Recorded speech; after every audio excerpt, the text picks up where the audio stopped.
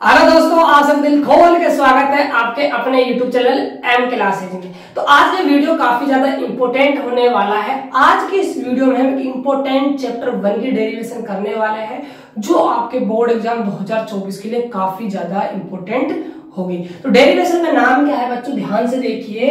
विद्युत द्विध्रुव के कारण अक्ष पर स्थित किसी बिंदु पर विद्युत क्षेत्र की तीव्रता का जो व्यंजक प्राप्त होता है उसको आज हम इस वीडियो के अंदर करने वाले। तो वीडियो काफी शानदार जबरदस्त होने वाला है। साथ के साथ क्लास जो पीडीएफ है आपको वो हमारे व्हाट्सएप ग्रुप में आपको मिल जाएगा। डिस्क्रिप्शन बॉक्स में मैंने लिंक दिया हुआ है, आप जाइए व्हाट्सएप ग्रुप से जरूर ज्वाइन हो जाइए। तो स्टार्ट करते हैं आज का वीडियो। देखिए, जैसा आपसे बच्चों कह रहा है ना डेरिवेशन में, आप वैसा काम करते हुए चलिए, डेरिवेशन बिल्कुल आसान आपको लगेगा, ये मैं आपको गारंटी देता हूं। देखिए, पहले क्या कह रहा है, विद्युत द्विध्रुव है। तो प्यारे बच्चों, एक विद्युत द्विध्रुव बनाइए। सभी को पता होगा विद्युत द्विध्रुव क्या होता है, दो आवेशों की एक व्यवस्था होती है जिसके अंदर दोनों आवेशों की जो प्रकृति होती है वो अलग अलग होती है और परिमाण दोनों का समान होता है और दोनों अल्प दूरी पर रखे होते हैं। तो मान लीजिए एक आवेश यहाँ है, इससे कुछ दूरी पर एक दूसरा आवेश स्थित है। ये माइनस क्यू आवेश है, ये प्लस का क्यू आवेश है, और ये आपका विद्युत द्विध्रुव का नाम दे दीजिए ए बी। और दोनों कितनी दूरी पर अवस्थित है, अल्प दूरी, और वो अल्प दूरी हम कितनी मान लेते हैं, 2a। अब देखो, आपको इसकी अक्षीय स्थिति पर कोई बिंदु है, वहां पर तीव्रता निकालनी है। तो आपको पहले एक अक्ष खींचना होगा, अक्ष पर एक बिंदु मानना होगा। तो इसकी अक्ष कहां होगी, अक्ष हमेशा क्षैतिज के तल के ऐसे होती है, ठीक है। तो ये आपका अक्ष बन जाएगा, देखिए ध्यान से।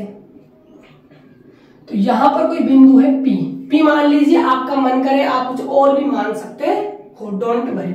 अब देखो, तो हमें इस बिंदु पर विद्युत क्षेत्र की तीव्रता निकालनी है। अब देखो, इस बिंदु पर ना कौन कौन तीव्रताएं उत्पन्न करेगा। एक तो आपका माइनस क्यू आवेश करेगा, एक आपका प्लस क्यू आवेश करेगा।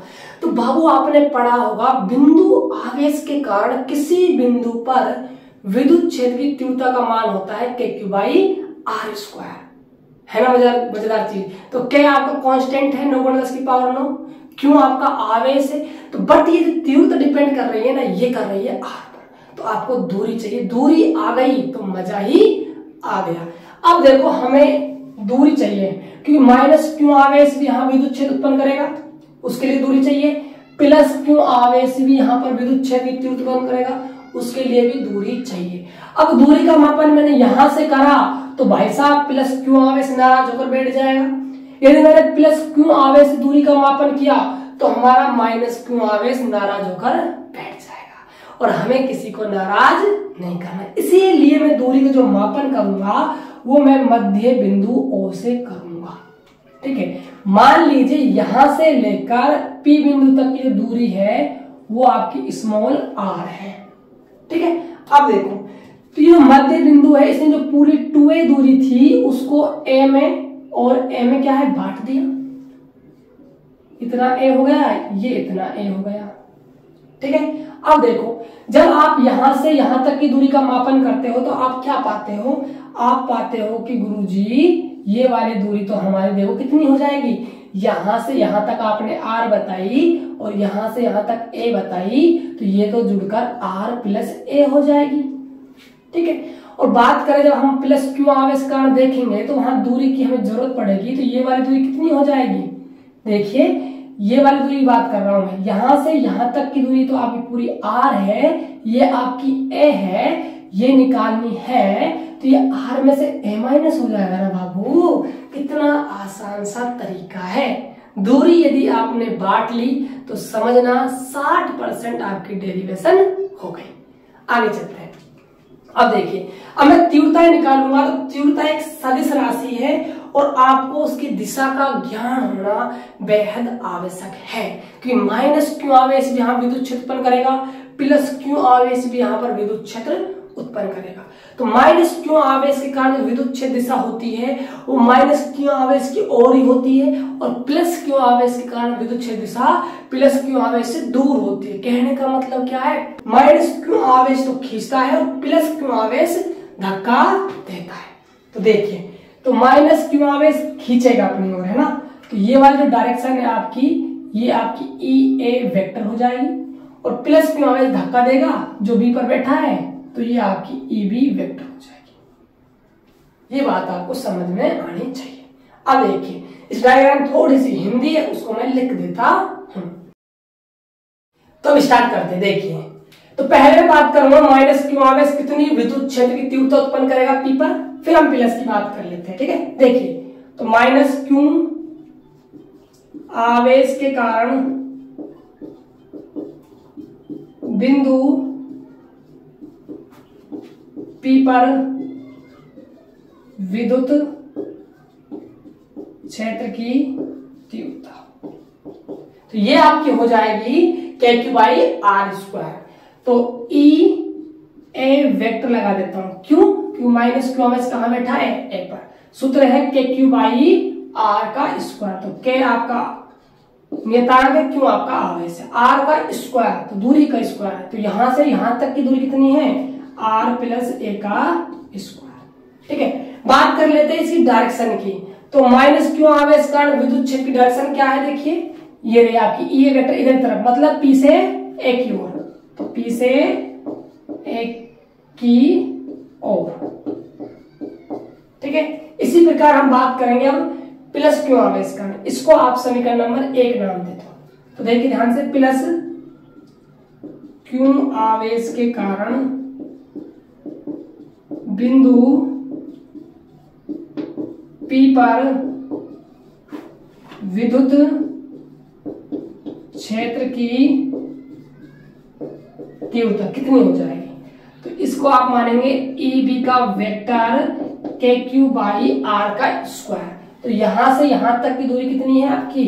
आर माइनस ए का स्क्वायर। बात कर लेते हैं डायरेक्शन, दिशा कहां की ओर है? देखिए तो आपकी बी से क्या है? पी की ओर है, तो लिख दीजिए बी से पी की ओर। इसको आप इक्वेशन नंबर दे दीजिए 2।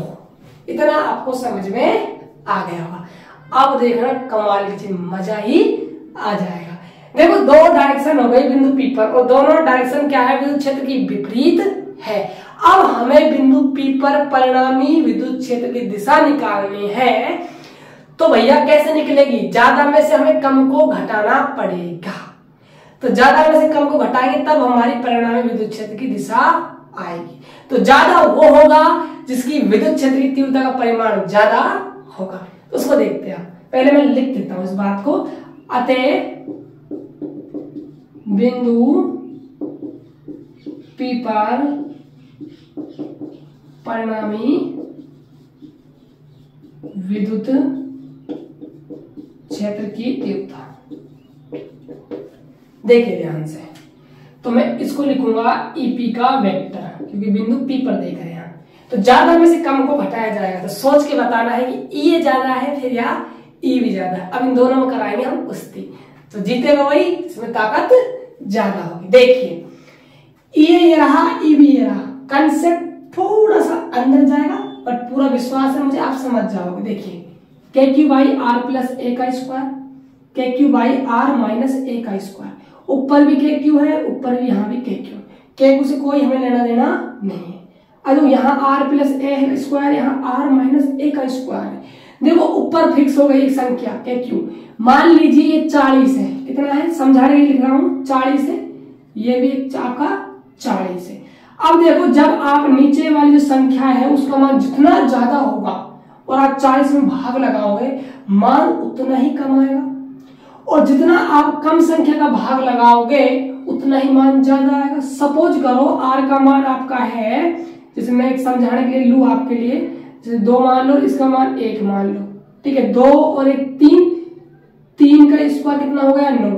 तो 40 में आप 9 का भाग लगाओगे तो कितना आएगा? 9 1 कम 9, 9 2 18, 9 चौके 36, 4 पॉइंट कुछ आएगा मान लीजिए फिलहाल के लिए। अब देखो यहाँ आप 2, यहाँ 1 रखोगे, तो 2 में से 1 गया तो 1 का स्क्वायर 1, और 1 का भाग 40 में लगाओगे देखो आपको 40 आ रहा है। तो क्या समझे? तो इसका मतलब ये समझे आप, ये वाला जो है ईबी का मान वो आपका ज्यादा होगा और ई का मान क्या होगा? कम होगा। तो ज्यादा जीतेगा कौन? ईबी जीतेगा। तो लगा दीजिए, कह दीजिए ईबी का माइनस होगा इसमें से ई है।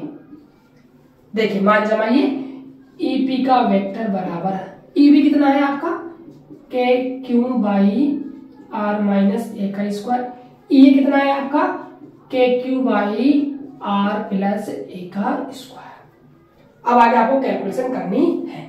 देखिए आप ऊपर से क्या कॉमन ले सकते हो, के की कॉमन ले सकते हो, यहाँ 1 बटा आर माइनस ए का स्क्वायर माइनस 1 बटा आर प्लस ए का स्क्वायर कर लोगे। उसके बाद देखिए आपको क्या करना है, उसके बाद यहां से आपको एलसीएम लेना है, तो एलसीएम मैं यहां लेता हूं, ठीक है। देखिए ईपी वेक्टर बराबर में के क्यू आपका बाहर है ब्रैकेट, तो लघुत्तम आप लोगे तो दोनों लघुत्तम में आ जाएंगे, नीचे की दोनों क्या है अलग अलग, तो आर माइनस ए का स्क्वायर और आर प्लस ए का स्क्वायर, तो यहां गुणा होगा आर प्लस ए का स्क्वायर माइनस यहां होगा आपका आर माइनस ए का स्क्वायर। आगे देखिए यहां पर तो सूत्र बन गया ए प्लस बी का होल स्क्वायर बन गया और यहां बन जाएगा ए माइनस बी का होल स्क्वायर। तो ए प्लस बी का होल स्क्वायर होता है बाबू A square plus B square plus में 2ab, और यहां कितना होता है ए स्क्वायर प्लस में बी स्क्वायर माइनस का 2ab। बात इतनी सी है, तो खोल दीजिए ईपी का इस वेक्टर बराबर में के क्यूब ब्रैकेट, देखो आर स्क्वायर प्लस ए का स्क्वायर प्लस में 2ra, इसको आप खोलोगे और माइनस को साथ में गुणा करोगे, क्यों, क्योंकि माइनस कहां बैठा हुआ है, आपका बाहर बैठा हुआ है, तो माइनस का आर स्क्वायर माइनस का ए स्क्वायर माइनस माइनस प्लस का 2ra, तो आर माइनस ए का स्क्वायर और आर प्लस ए का स्क्वायर। तो देखिए आर स्क्वायर प्लस का है, आर स्क्वायर माइनस का है, आपस में क्या हो जाएंगे कैंसिल आउट, प्लस का स्क्वायर है माइनस का स्क्वायर आपस में कैंसिल आउट, तो क्या बचा आपका ईपी का वेक्टर बराबर में के क्यू 2ra प्लस में 2ra जुड़ के हो जाएंगे 4ra बटा में आर माइनस ए का स्क्वायर और आर प्लस ए का स्क्वायर। अब सुनना मेरी बात ध्यान से, देखो जो आपका विद्युत द्विध्रुव है AB, उनके जो बीच की दूरी है वो कितनी है 2a है। ये 2a क्या होती है, बहुत अल्प होती है, जब 2a बहुत अल्प है ना तो a तो उससे बहुत ज्यादा अल्प होगी ना, तो हम यहां पर क्या करते हैं a को नगण्य मान के छोड़ देते हैं, तो लिखो क्योंकि जो r है वो बहुत ज्यादा है a की तुलना में, तो a को नगण्य मानकर छोड़ने पर,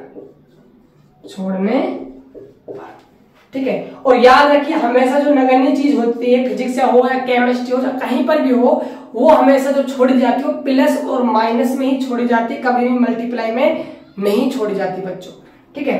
तो देखिए जो ऊपर वाला है आपका r वो बड़ा है a की तुलना में, तो a तो रहेगा ऊपर क्योंकि गुणा में है, नीचे ये वाला है, ये वाला गायब हो जाएगा, मतलब नगण्य मान देंगे इनको।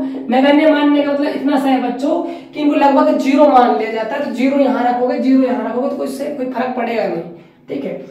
तो ऊपर क्या बचा 4ra, नीचे क्या बचेगा, देखो ये 0 रखा ये 0 रखा, तो आर स्क्वायर और वहां भी आर स्क्वायर, तो आर स्क्वायर गुणा आर स्क्वायर, आर की घात कितनी हो जाएगी 4। अब देखो ये 4 पावर है, यहाँ 1 पावर, तो 1 पावर कट जाएगी, तो ऊपर बचेगा के क्यू गुणा में 4a बटा में r की पावर 3।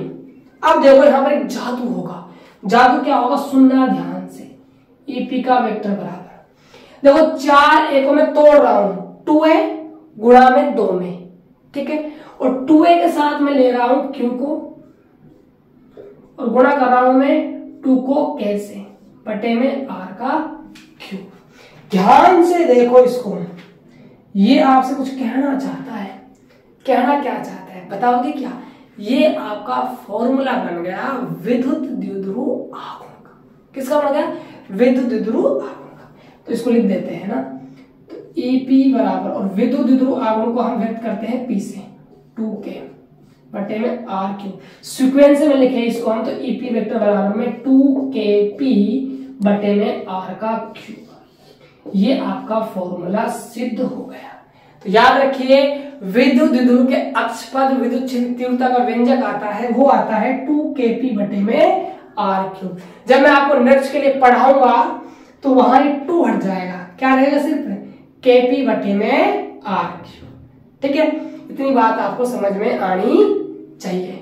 देखो और इस डायग्राम में थोड़ा बहुत लॉजिक और है, वो मैं आप सभी के सामने क्लियर कर देता हूं क्योंकि वो भी काफी इंपॉर्टेंट चीज है, समझना ध्यान से।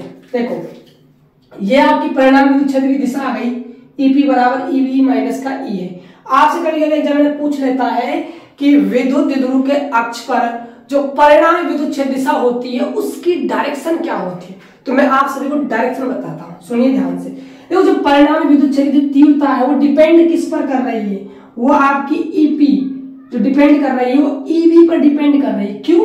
क्योंकि EB का मान ज्यादा है, EA के मान कम है, तो ज्यादा में से हमने कम को घटाया, तो EB की जहां डायरेक्शन होगी वही हमारी परिणामी विद्युत क्षेत्र की दिशा भी होगी। तो EB की डायरेक्शन कहाँ है, तो EB की डायरेक्शन इधर है ना, तो जो हमारी परिणामी विद्युत क्षेत्र की दिशा है E वेक्टर की वो भी हमारी इधर ही हो जाएगी। ये बात आपको समझनी होगी। आई होप कि आप समझ भी गए होंगे। आगे बात करते हैं इसके सदिश रूप की। कभी कभी यहां से सदिश रूप और पूछ लिया जाता है, तो देखो सदिश रूप कैसे निकालोगे, तो मैं इस बात को यहां लिख देता हूं ना, तो EP का वेक्टर बराबर 2k P के ऊपर वेक्टर बटे में r। अब यहां ना गड़बड़ी करते हैं बच्चे प्लस में और माइनस, सीधा सा कंसेप्ट है, यहाँ प्लस और माइनस यूज लिया जाता है, प्लस कब आएगा माइनस कब आएगा।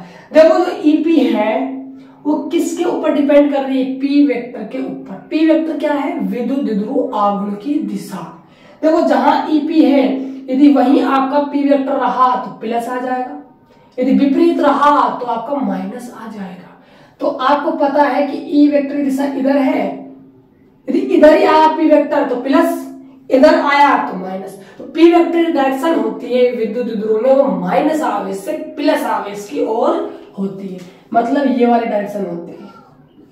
तो आप देख ही पा रहे होंगे E वेक्टर भी इधर है और P वेक्टर भी इधर है, इसका मतलब एक डायरेक्शन है तो प्लस का लिया जाएगा साइन, यदि विपरीत होती तो माइनस का। जब मैं आपको नेक्स्ट वाली हेडिंग पढ़ाऊंगा तो वहां पर मैं माइनस का लूंगा क्योंकि वहां क्या होती है, विपरीत होती है। तो ये था आपका पूरा डेरिवेशन जो मैंने कंप्लीट करवा दिया है। इसका जो PDF है वो आपको व्हाट्सएप ग्रुप पे मिल ही जाएगा क्लास के बाद, आप व्हाट्सएप ग्रुप जरूर ज्वाइन कर लीजिए। वीडियो कैसे लगी आप कमेंट बॉक्स में जरूर बताना। वीडियो अच्छी लगी हो तो अपने भाई को पूरी तरह से आप जितना हो सके सपोर्ट कीजिए और चैनल को सब्सक्राइब कर लीजिए क्योंकि आने वाले वीडियो की नोटिफिकेशन आप सभी को समय समय पर मिल सके। तो मिलते हैं नेक्स्ट वीडियो में, तब तक के लिए जय हिंद जय भारत।